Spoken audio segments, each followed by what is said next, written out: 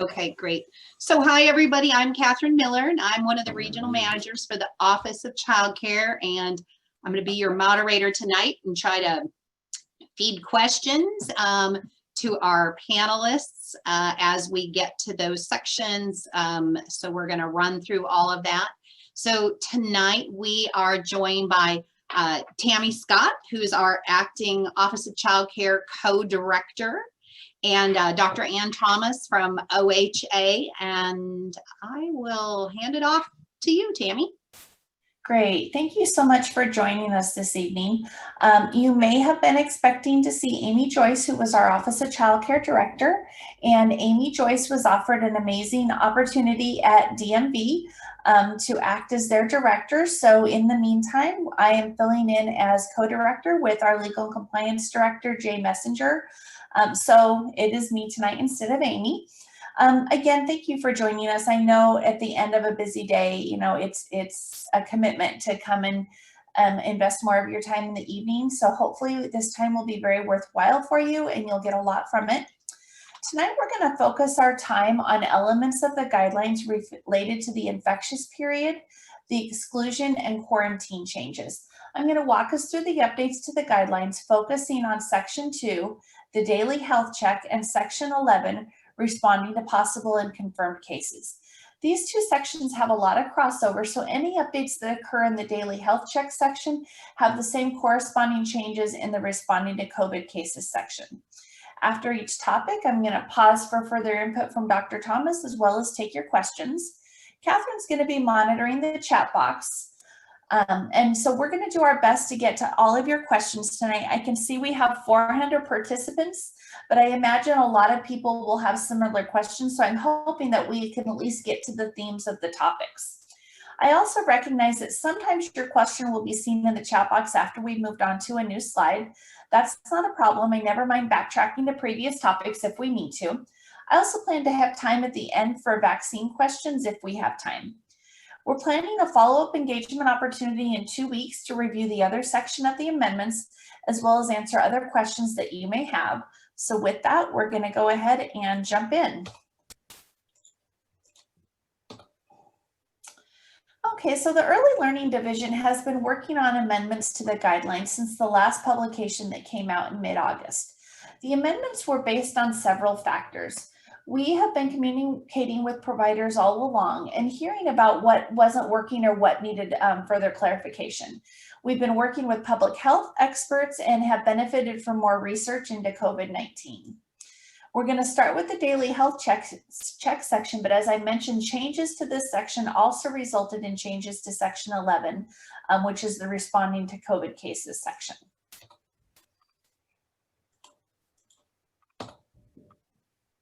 Okay, so in the daily health check, the requirement to take temperatures has been changed to check for fever.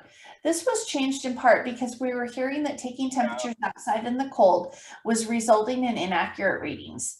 Many ear and forehead thermometers are also not very reliable, and we know that schools and many workplaces don't require temperature taking. So we were trying to be consistent and fall in line with especially the schools. We've heard from some programs that they do prefer to take temperatures rather than relying on parents, and that's always allowed and continues to have a statement in the guidelines that say providers can have a policy of using a thermometer to check for fever if they want to. So when checking for fever, there's several ways that that can be done. Programs can do this with verbal certification from the parent or from a child who's old enough to respond to the questions themselves. We've also now put in an option that you can note when a child has come to childcare from another program and the health check was completed at the other program. For example, a child may come to the childcare directly from school, especially with schools starting to reopen and do hybrid learning. If the school conducts health checks, the childcare provider can just note on the health check that the check was completed at the school. Dr. Thomas, do you have anything else to add to this section? I think a lot of the reasoning too is just to make to remove the requirement for a fever, although to check or a requirement to take a temperature is to be more consistent with the school guidelines, because people were kind of surprised that, well, they don't check it at school, why are they checking it here? or a child who had gone to school first and then was coming to an aftercare program at the school suddenly had to have a temperature taken. So I think right now it allows you to not do it if you don't want to, but if you feel strongly about doing it, you still can. We certainly want you to still do it if you want to. Right, great. Catherine, do we have any questions on this section?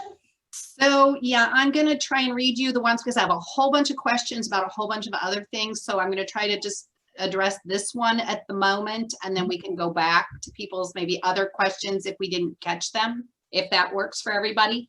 But there is a question that was asking about, is it recorded so that they can share it with families? And yes, this is being recorded, right? Our session tonight is being recorded, yes. Yes, so they will be able to share it. So, okay, so specifically about fevers, let's say, can another guardian, grandparent, neighbor say that the child doesn't have a fever? The guidance says parent. Yeah, it's whoever is responsible for the child and is dropping the child off or handing him over to the child care can do that certification. Okay, let's see. I'm just trying to read the things that maybe have to do with fever because we have a whole bunch of other things. Let's see. Can teens attest for themselves, or can teen siblings attest for their younger siblings for fever? Yeah, so a child who's old enough to answer the questions themselves can do that themselves. And like I said, whoever is, dropping the child off at care or escorting them to the transport can provide that.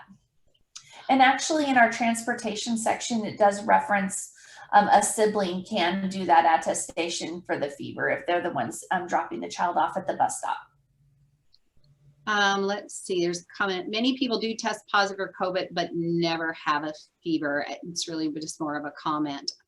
I think those are really the fever related. You have a whole bunch of questions about, I'll just tell you about group sizes and things. So okay, well, and tonight we're going to focus our conversation, because we do have Dr. Thomas here. We're going to focus our conversation on infectious period, health checks, exclusion, and quarantine. And then, like I mentioned, we're going to have another session, not next week, but the week after, where we can address those other questions.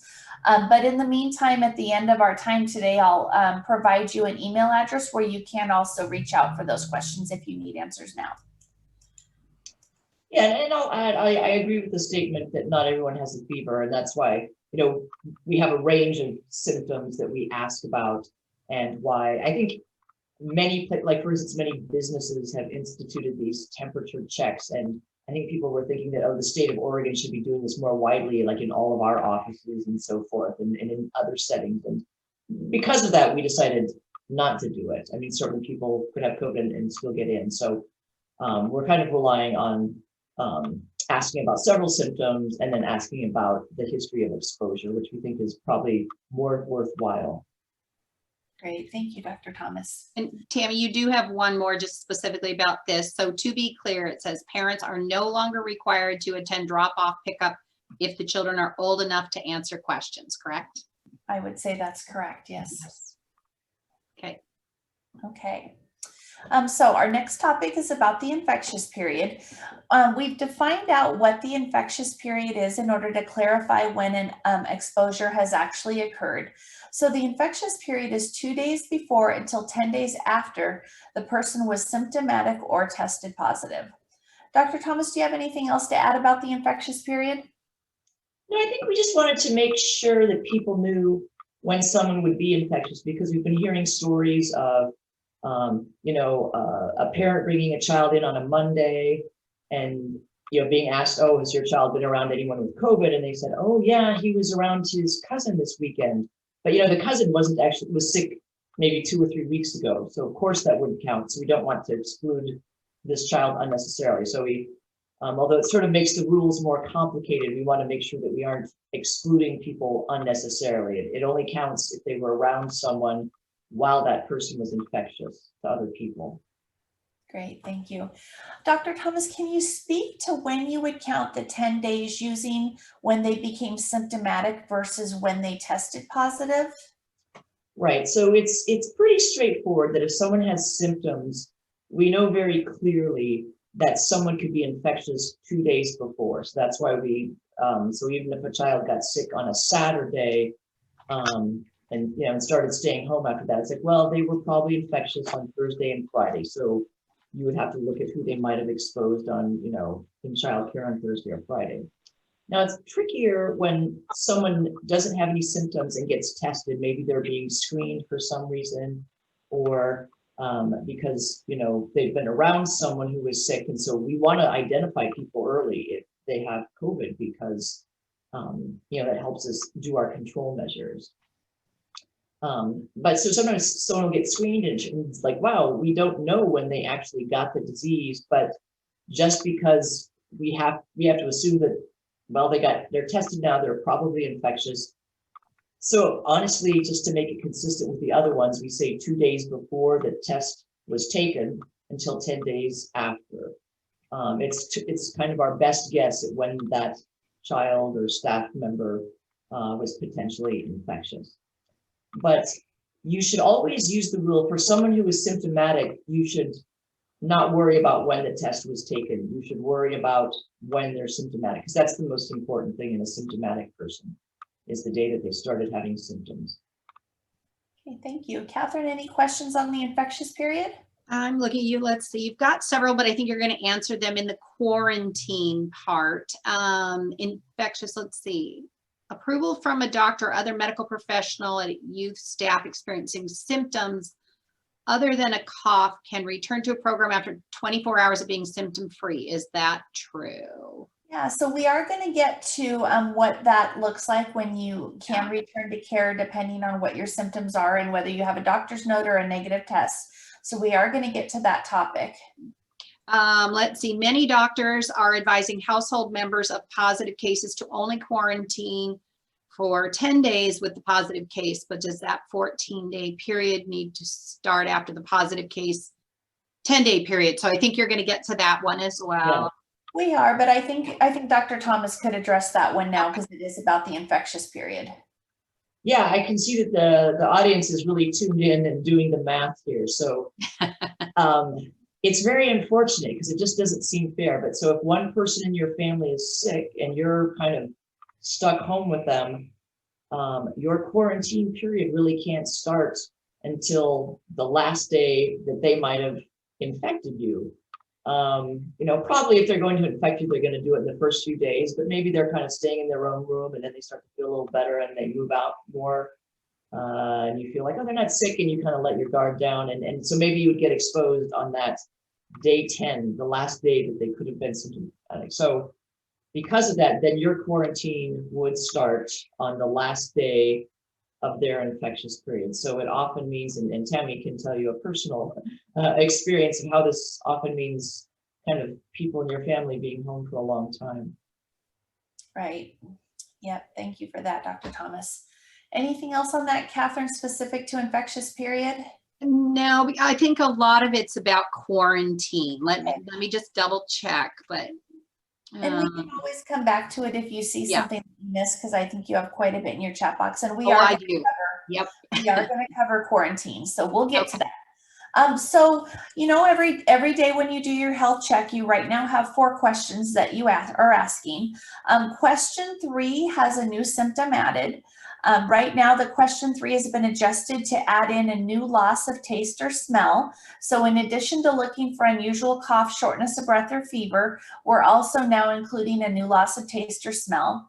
And I'm curious, Dr. Thomas, do you have a sense or do we have any stats on how often COVID is affecting taste and smell? And does it typically happen early in the illness or as the illness progresses? It's probably 20 to 25% of people, and it actually has been noticed in children as well. I think we initially kept it out because I was thinking more strictly of like the under 5 group that maybe aren't so verbal about knowing as being as sensitive to loss of taste or smell.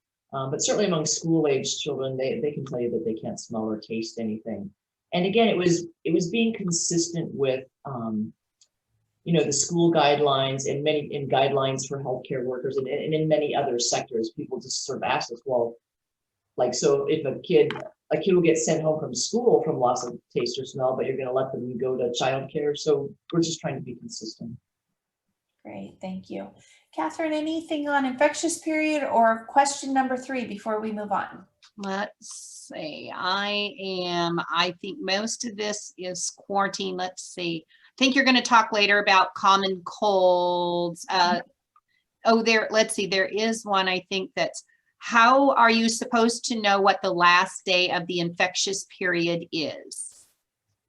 Right, it's based on if the person has symptoms, it's the 10th day from the time their symptoms started. So I always choose the first of the month because that makes the math easier. If someone is symptomatic on January 1st, then on the 10th, they're free to go and they're no longer infectious. So the families, that's also when the families, kind of quarantine period would start. Dr. Thomas, do you start counting on the day they became symptomatic or the day after? I can never keep those straight. The day that they develop symptoms, because Okay. that's the day, that's kind of their first day when they could have infected anybody else. Okay, and I believe. Or the first day, 2 days before, but like that day, it's kind of 2 days before and then 10 days after, starting on the first day.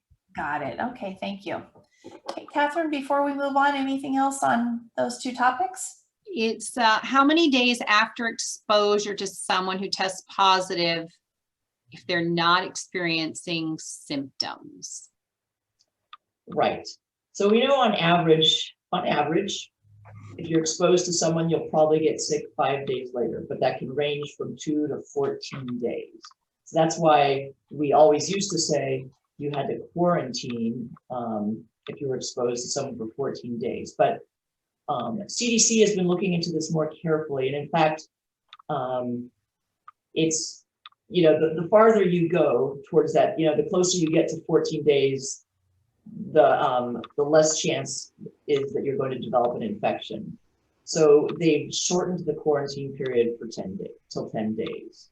And so after that, if you don't develop any symptoms, then you would be free to go. So kind of the shortest period, if a child is sick, the family stays home with that kid for 10 days and then they start their quarantine. And if no one else has symptoms, then everybody's done at day 20. So there's another question. It's just, what if they continue to be symptomatic for longer than 10 days? Then they could still be infectious. So the rules say, kind of more detailed in the guidelines, is that it's 10 days, plus they have to be 24 hours with no fever, without taking, Tylenol or any fever reducing medication. And the other symptoms, they don't have to be, the cough doesn't have to be absolutely gone, but we certainly want it to be getting much better. Okay. So if they continue to have symptoms, then you kind of have to keep going. And usually we time it by the fever, as long as the cough is getting better. I think this one relates to question 3. Somebody just said, how do you know if a young child has lost taste or smell? Yeah, that's subtle, and that's why we don't use it that much in, a toddler, for instance. It might be that maybe they are, I've heard a lot of people say that they just lose their appetite when they can't smell, but lots of times people lose their appetite when they get sick. So that can be pretty subtle. Okay, I think most of the rest of these are, kind of quarantine that you'll probably answer in this next Well, slide. we will start to tackle that topic very shortly. Okay.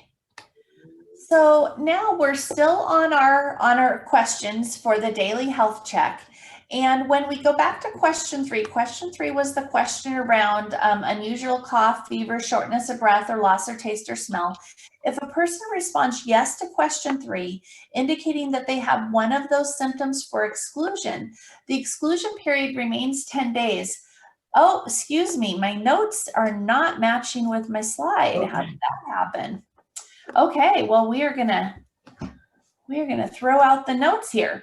So, so here on question 3, what we have is that we've added a section that says if they're symptomatic, meaning they have that loss of taste or smell an unusual cough or fever or shortness of breath, they do have an option of coming back into care if they get a negative test for COVID. And Dr. Thomas, can you talk to us about the timing of getting that test during that 10-day exclusion? Sure. Unlike the quarantine rules that we're getting to in the next slide, if someone has symptoms that make it look like suggest that they have COVID, they need to be sent home, and typically for 10 days. Now, we urge them to get tested right away because you're more likely to have a positive test while you're still having symptoms early on in the disease. And also, you know, then if a child does test positive and the parent notifies you that they're positive, then it allows you to act quickly. So the idea is to get tested right away. But there's no hard and fast rule. If they get tested anytime, like in the next week or so, or even up to 10 days, you know, that confirms that they have COVID, and then it's like, oh yes, it's a good thing we sent them home. But you kind of don't want to know 10 days later that there was a kid in COVID in your class. You know, you want to know as soon as possible, but it doesn't change the diagnosis. If you have one of these symptoms and you test positive for COVID in the next, you know, week or two, that means you have COVID, you had COVID, and will be counted officially as a case. Great. And Catherine, we're going to do this next section before we go for questions. Yep. So we have made a change to when a person can return to care with a doctor's note. Previously, the guidelines said with a cough and shortness of breath, a person was able to return to care with clearance from a medical professional. The cough and shortness of breath has been replaced, and the only symptom that can be excused with a doctor's note is fever. Additionally, the individual has to be fever-free for 24 hours. And I know I've had to really work to keep those two things separate. The first thing we talked about is that with a negative COVID test, any symptom can come back into care if you're 24-hour symptom-free. But in terms of a medical professional releasing you, that's been limited to just fever. And Dr. Thomas, can you speak to why this change was made? Sure. Initially, when we were doing the guidelines, we felt, well, I mean, if it's kind of mild and it's just like a cough and a runny nose, I mean, it kind of meets the criteria, but you know, that can be a lot of kids who just have a cold and they see a doctor and you know, or a medical provider who gives them a note. You know, then they could come back. But what we're finding is that many children have with COVID, you know, and have a positive COVID test, have very mild symptoms. And even though they are not very sick, they can make everyone else sick, and they might make someone who has an underlying condition or is older sick, and that can be very serious. So it's important to keep a child with you know, cough and any of kind of what we call the respiratory symptoms. So they have cough or shortness of breath or even kind of a sore throat. If they have those kinds of things, they really need to have a test before to rule out COVID. You can't really say for sure without a test and someone is coughing that they don't have COVID. But if you're doing your screening and all they have is a fever, then it really could be something else. And it might be something that the doctor can find out on exam. You know, they might look in their ear and see, oh yeah, it's really red, and they definitely have an ear infection. Or they do a urine test, it's like, oh, they have a urinary tract infection. Or it might be fever and some other symptoms like diarrhea, and it's like, oh, it's probably some other virus, or maybe it's salmonella or something, and they can do a stool culture. Or they have a fever and a rash, and oh, it's chicken pox. I mean, there's, you know, chicken pox is still happening. So basically the bottom line is if they have kind of, you know, cough or difficulty breathing or something, they have to have a negative test before they get to come back. But if it's just a fever and a healthcare professional says that I'm pretty sure it's something else, and then you have written documentation, then they can come back. Great. And Catherine, I'm betting we have some questions on this one. We do. Let's see. First, let's see. We can start with, can you explain why vomiting and diarrhea symptoms are now out for 48 hours instead of 24? Well, that's sort of a general rule. I mean, for vomiting and diarrhea is that people, there's certain viruses like norovirus, where usually you're infectious for 48 hours. Or is actually, do we still say that in our rule? Well, that's our next slide that we'll do in a second. So let's hold on to that till we get to Okay, that one. let me go then through. We have a very inquisitive group, so that's good. But, approval from a doctor or other medical professional, youth staff experiencing symptoms other than a cough can return to a program after 24 hours of being symptom-free. Is this true? Right, we get into that in, I think, in one of our later slides, where, you know, if it's the cough and shortness of breath, you have to have a negative test. But for all of the other kind of routine things that you see in children, the vomiting or diarrhea or a rash, as long as they don't have a fever or the, you know, I mean, or as long, you know, usually a clinician can decide. And if they don't have a fever and they have vomiting or diarrhea, you can just, you know, you wouldn't actually even need to be cleared by a doctor. You just need to wait for their symptoms to get better. We've tried to make it as simple as like the only things that you can be excluded for and need to, and, you know, for the full 10 days and need a test and so forth, are the cough, the shortness of breath, the fever, the loss of, you know, taste or smell. For all of the other routine things, and there's a slide on that, so we will kind of go to this again, you know, for vomiting, if it's just vomiting or diarrhea and they don't have a fever, you know, of course you don't want that child in childcare, but, you know, they can come back when they're better. And, you know, and it's kind of up to the parent to decide if they're sick enough to see a medical professional. For fever, because it's one of the COVID symptoms, they definitely have to see a medical professional and have a note before they could come back. Okay.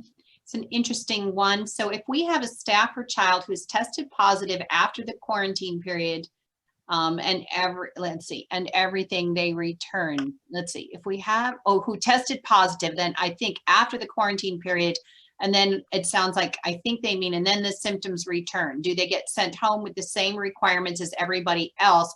Because they basically already tested positive, sounds like went through their quarantine period. So they're saying they were told by their doctor they would experience symptoms for up to 90 days and could test positive, is tested as well, even though they are no longer contagious. Yeah, if someone has had documented COVID, usually we say that, yeah. I mean, usually we say that, I mean, it's rare within the next 90 days to, you know, to have like a brand new case. So it's probably just kind of a result of,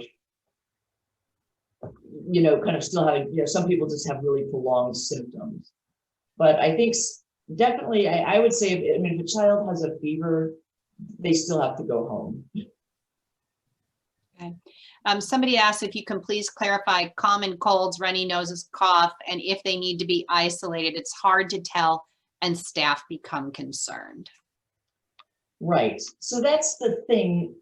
It's hard, not just for staff, it's hard for medical professionals to tell the difference between a cold and COVID. And so any child with a cough or shortness of breath or fever, you kind of have to treat them as if they have COVID. And so if they test positive, then they've definitely got it.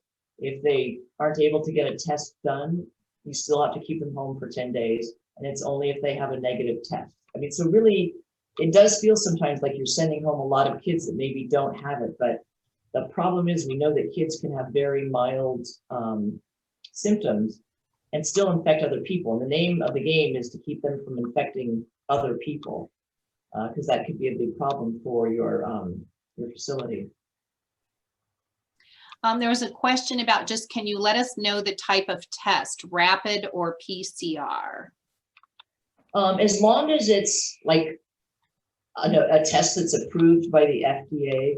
So really, it can be a rapid test, or it could be, you know, the PCR that's done by the nasal, you know, and the nasal swab. And even they're letting, not so much for kids, but like they're letting adults do their own swabs now in their nose. So, you know, as long as it's a licensed test.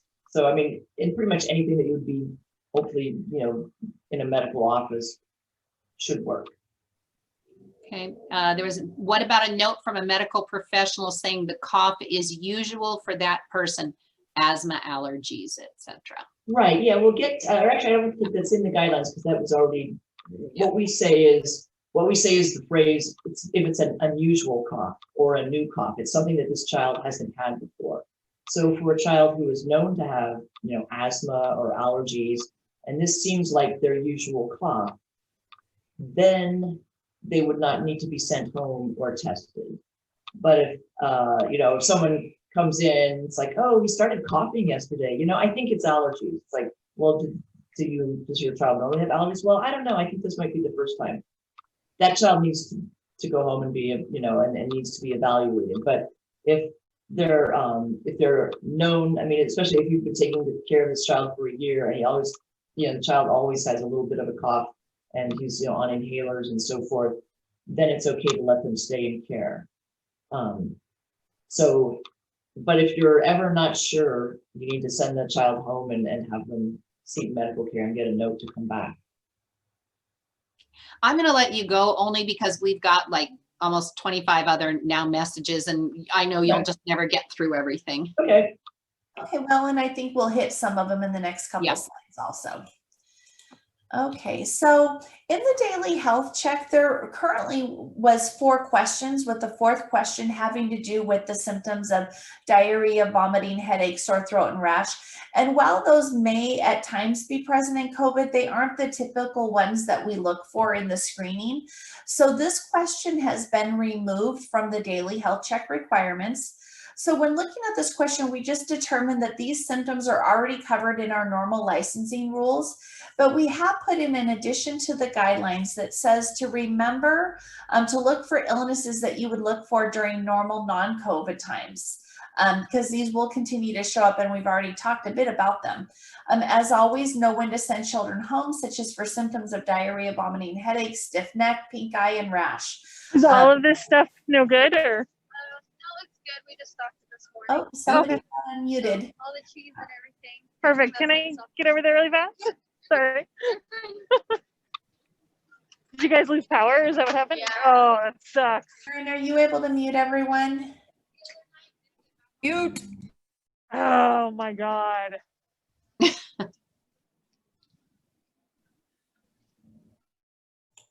Okay, so now I'm going to unmute myself. So Dr. Thomas and Catherine, you'll need to re-unmute. Okay, so this question has gone away. It's covered under normal licensing rules. And Dr. Thomas, do you have anything to add to this before we pause for questions? No, I think we just want to make sure that, kind of the normal guidelines that you've always followed for these symptoms, the diarrhea, vomiting, headache, maybe a sore throat or rash, as long as they don't have any of the COVID symptoms, then, they should probably be excluded, but it doesn't need to be for the full 10 days, and they don't need a doctor's note to come back. They just need to wait until they're better for 24 hours. And I think someone had asked about 48 hours. I think that we had pretty much decided that all of these could be 24 hours after the symptoms resolve. Okay.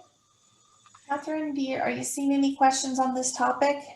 So to clarify, are the diarrhea exclusion times 24 hours or 48 hours? We're going with 24. Okay.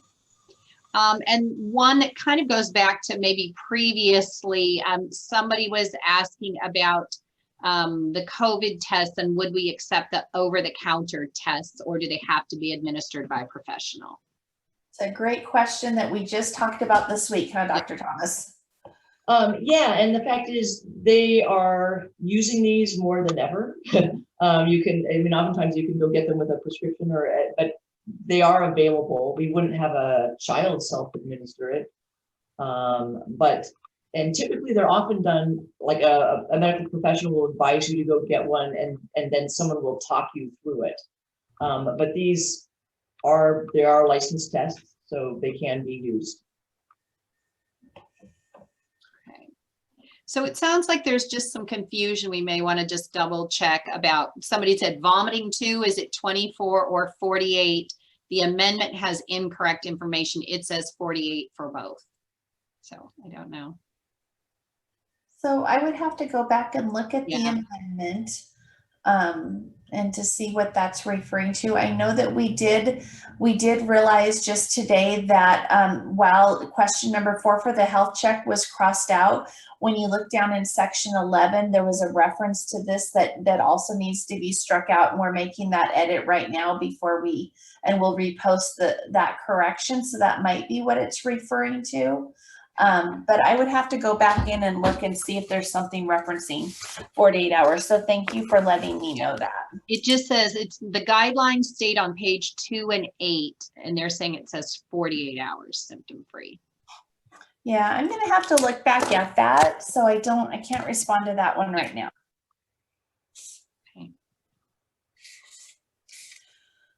Okay, so let's go on to the quarantine slide, because I know that it sounds like there's a lot of questions about that.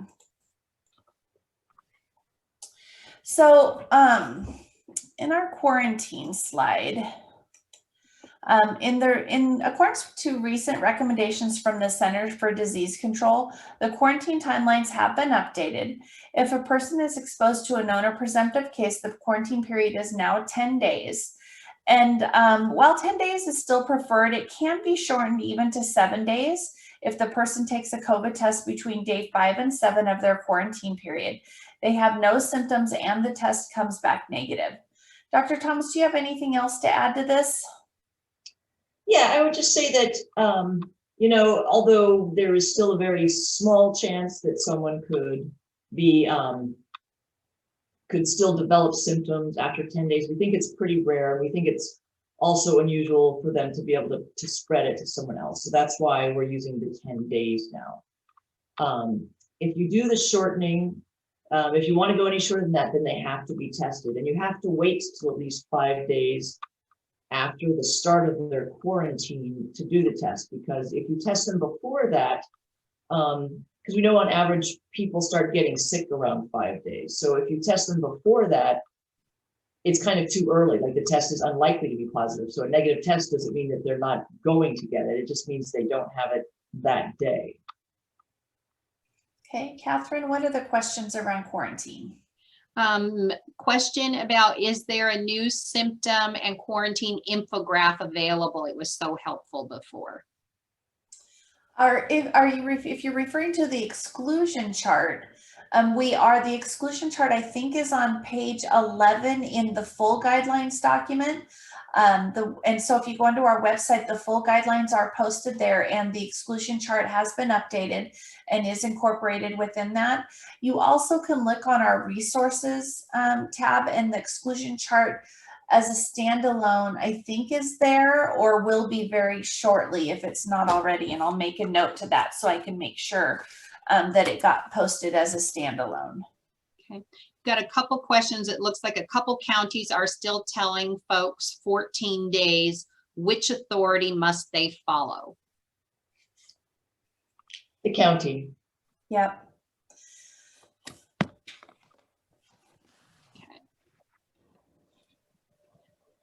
Yeah, just different counties mostly saying 14. Is it acceptable to exceed the ELD guidelines?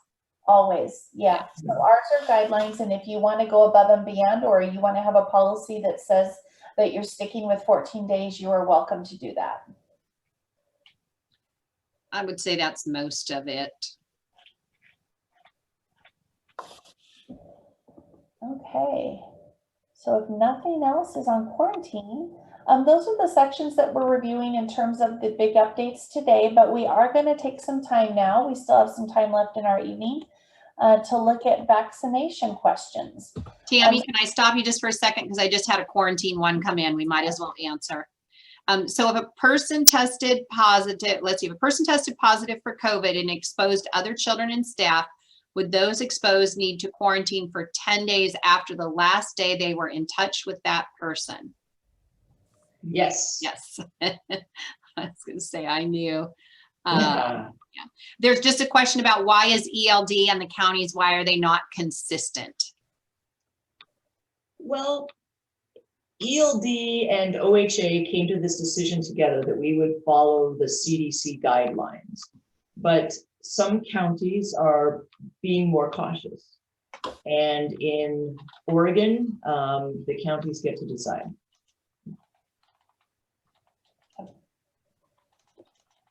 Okay, Catherine, anything else jumping in? No, let's see. I have a question about cough. Whoa, that's going so fast here. Hold on. You're all typing fast. Let's see. New guide defines unusual cough as a common cold.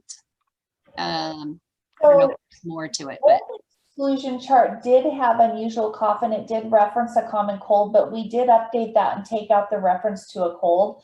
Because as Dr. Thomas talked about earlier, and she had mentioned this to me also previously, that even a physician can't tell the difference between a cold and COVID without a test. So I know that on the exclusion chart, we did update that. okay. Face shields, I think we are talked about elsewhere. So you implemented these changes after business hours and said they were effective immediately. Can we please clarify the vomiting diarrhea exclusion period tonight? I think that's the 24 or 48 hours is. Yeah, I think, Yeah. well, I'm going to say 24 hours and then Yeah. I'm going to, like I said, go back and look and see what it says. But according to what Dr. Thomas said, that if a child is sick with the vomiting, diarrhea, things that are not COVID, it is 24 hours. Okay. I think that's, let's see. No, most of this is about stable groups. Let's see. Let me see if I can, because I did hear some confusion happening with the stable groups. So let me see if I can address it now. Okay. In the amendment that came out, it showed a strike through the sections that had a reference to stable groups. If you saw that in context in the entire guidelines document, what that is striking through the section that refers to counties that are in baseline. So all of the stable group information, all of the charts and the ratios, it's all still in the guidelines. What was struck through was the counties in baseline, because counties are no longer, baseline is no longer what we're using when we're talking about county risk levels. So hopefully that answers the major question about stable groups. And then if you continue to have questions, please email us, and I'm going to provide you an email address at the end so we can get those clarified, or you can always reach out to your licensor. Here's another kind of a quarantine question that's seems to be a common theme. If a child has a cold, gets tested for COVID, test comes back negative, do they still have to remain out for 10 days? Nope, they get to come back. Thank you. Yep, and so that goes back a couple slides when we talked about if they get a negative test and they're 24 hours symptom free, then they can come back in care. Yeah, so for a child with a cough, that's the only pass to get back into childcare before 10 days. So if you test positive, or if you don't have a test done, you have to stay away for 10 days. If you get a test that's negative, you can come back. Thanks. Yeah, I think you're getting a bunch of vaccination questions, so go ahead and move. Okay, well, let's jump that. So question is, when will vaccinations be available for childcare providers? And we know Governor Brown put out a press release 2 days ago indicating that vaccines will be available for childcare providers on January 23rd. So that's really great news that childcare providers are getting prioritized and put into that group 1B. Are childcare providers and their staff required to get a vaccination? And Dr. Thomas, would you like to address this one? Yeah, in general, I mean, the state of Oregon and OHA is not requiring anyone to get a vaccine. We don't require it of healthcare providers, and we're not requiring it for childcare providers or for schools. It's voluntary. If an employer wants to do it, it's actually rare. And I know at least in healthcare that it's I think in Oregon law, employers can't make it a condition of employment. So if a facility wants to require it, they would need to check with the Bureau of Labor and Industry, which is BOLI, or BOLI. But in general, in Oregon, it's not officially required anywhere right now that I know of. Right, and kind of along the same lines with the same answer of, can you require your staff to get a vaccination? Like we said, OHA doesn't have any standards that require that. And so you would need to consult with BOLI. And I know BOLI has a COVID page. And I would imagine now with vaccinations coming out in the state, they're going to do some updates on their COVID page. that will start to address this question. Catherine, questions on vaccinations? It says, can vaccinated staff be exempt? Sorry, it's all moving on me. Can they be exempt from quarantine if they're exposed, if they've had a vaccination? Yeah, if they've had 2 doses, so not just one, but if you had both your doses, 3 or 4 weeks apart, and then you have to wait for at least 2 more weeks after the second dose, because that's how long it takes for the vaccine to have an effect. Then you can be exempt from quarantine.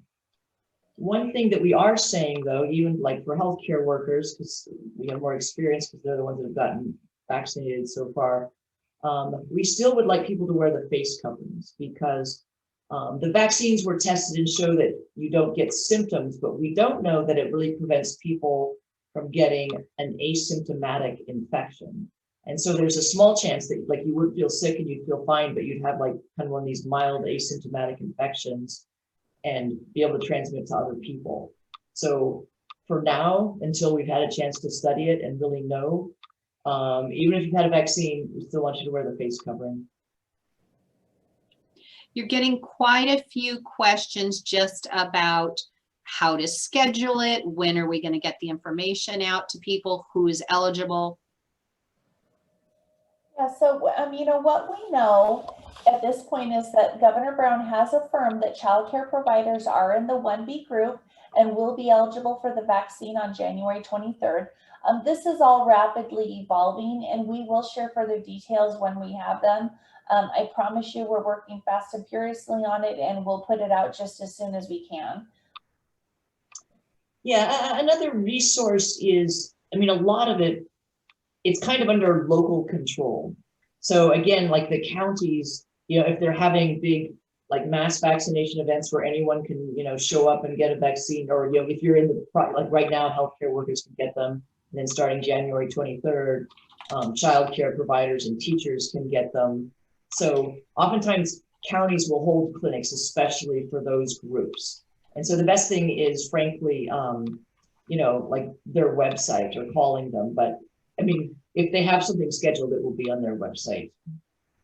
And I know that in Governor Brown's announcement, she did caution people from contacting their medical provider right now, because we're figuring out the rolling out of it, and the doctor's offices, I think you're figuring that out along with everybody else. So just be patient. Information will come out when we have it available.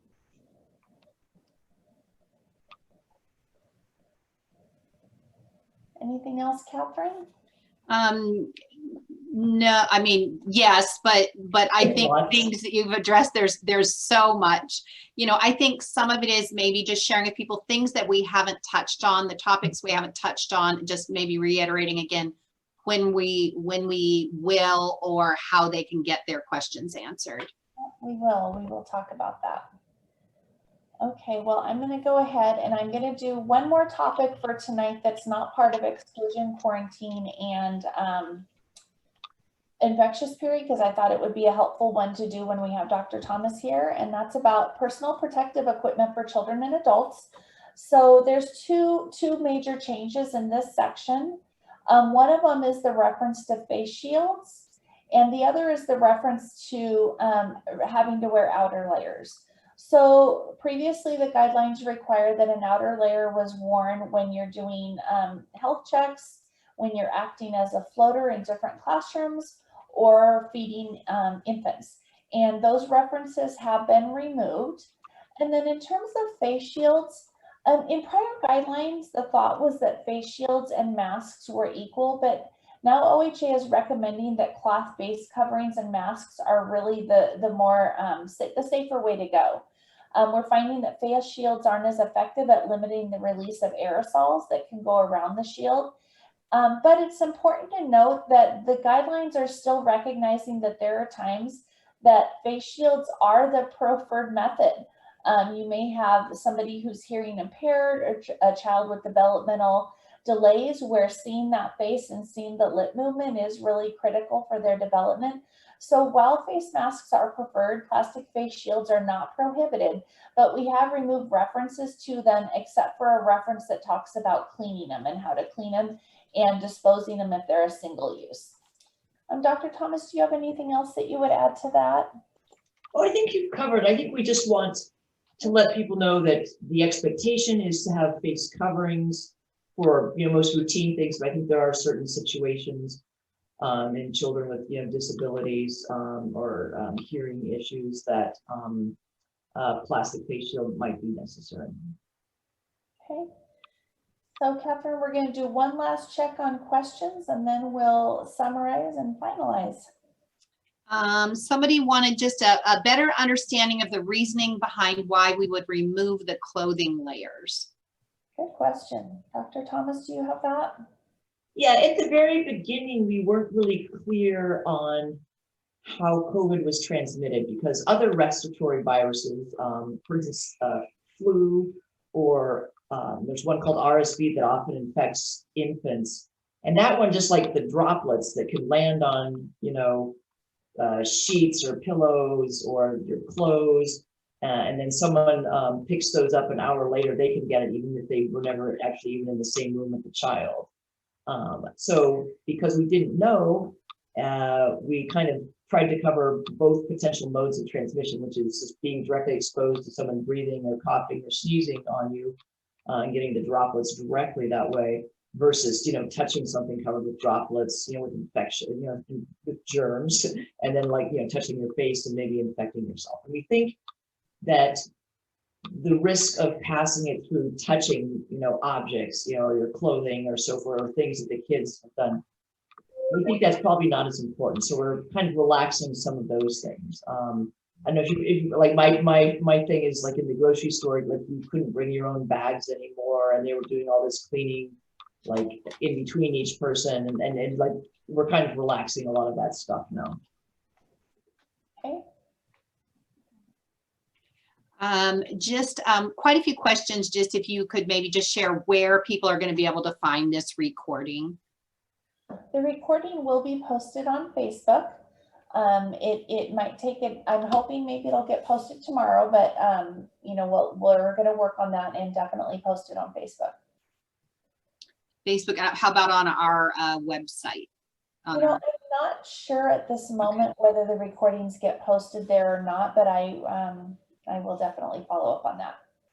Okay. Yeah, there's just, I think just more, I would just maybe reiterate, you've got it on the next slide where people can send their questions, because I know there's a lot we just couldn't get to. So like I mentioned, we are going to do follow-up engagement sessions that are going to occur on January 27th and 28th. The 27th, I believe, will be focused on registered family and certified family, and then the 28th on certified center and recorded programs. We are updating our website FAQ, so be sure to check in there if you have a question. I know that it's being updated as fast as we can get things out. Technical assistance documents have already been updated and are posted on our website. And if you'll remember, we did have videos posted on the website that covered every section of the guidelines. Because there were updates to multiple of the sections, what we did was we pulled down those old videos and we replaced that video with one video summarizing the amendments. So that's there for your viewing. And as you have further questions, your licensing specialist is always your best point of contact. They're really, able to support you and help you through some of these answers, especially because they're more familiar with your program and your facility, so can kind of think through those things with you. Or you can email us at our provider contact email, and there's the email listed there. And I just want to thank you again for your time tonight. And thank you, Dr. Thomas, for all your great input on helping us to tease out really very complicated situations that all of them seem to be just a little bit different. So we really appreciate your time. And it's 6:56, so I'm going to close this out. And I hope everyone has a wonderful evening. Hey, Tammy, just off the top of your head, do you know what I've had a couple questions about what our Facebook page address is, or how they find our Facebook page? It's Early Learning Division is what it's I believe so. under. Thanks. Anything else? Okay, well, have a great evening, everyone. We'll see you later. Thank you. Bye. Right.